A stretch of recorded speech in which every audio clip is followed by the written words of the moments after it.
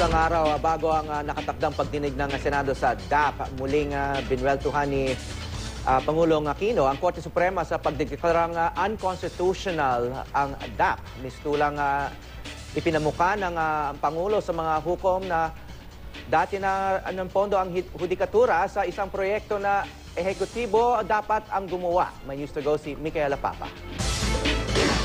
Ang mapangalagaan. Gaano man kakontrobersyal ang usapin ng Disbursement Acceleration Program o DAP, karamihan sa aming mga nakausap tila hindi alam kung ano nga ba ito. Yung DAP, di mo pa narinig sa balita yung DAP? Di ba may PDAP, tapos may DAP? Hindi pa po. Bali, ang pagkaintindi ko yung DAP, parang yung sa ano ba, tawag yan? Sa mga pinaghirapan nga, pinagbabayad namin sa mga kagaya ng tax ba? Parang ganon. Tama ba yun?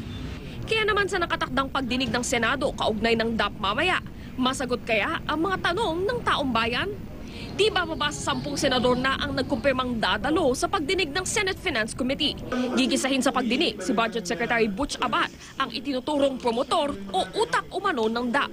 Sasalang din sa pagdinig si Finance Secretary Cesar Purisima at National Economic and Development Authority o NEDA Chief Arsenio Balisacan.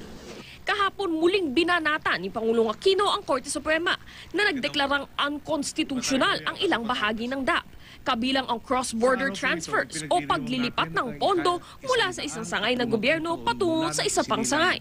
Buwelta ng Pangulo, maging ang Korte Suprema ng araw, ginawa rin ito noon.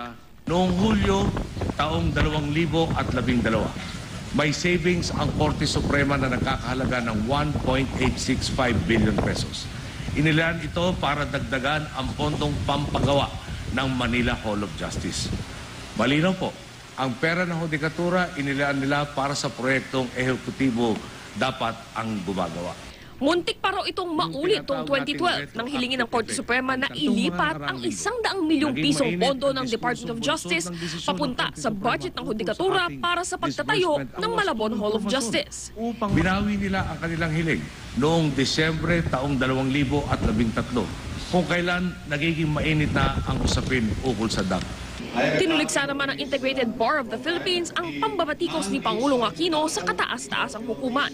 Hindi raw dapat pinag-uusapan sa publiko ang isang kasong nakabinbin.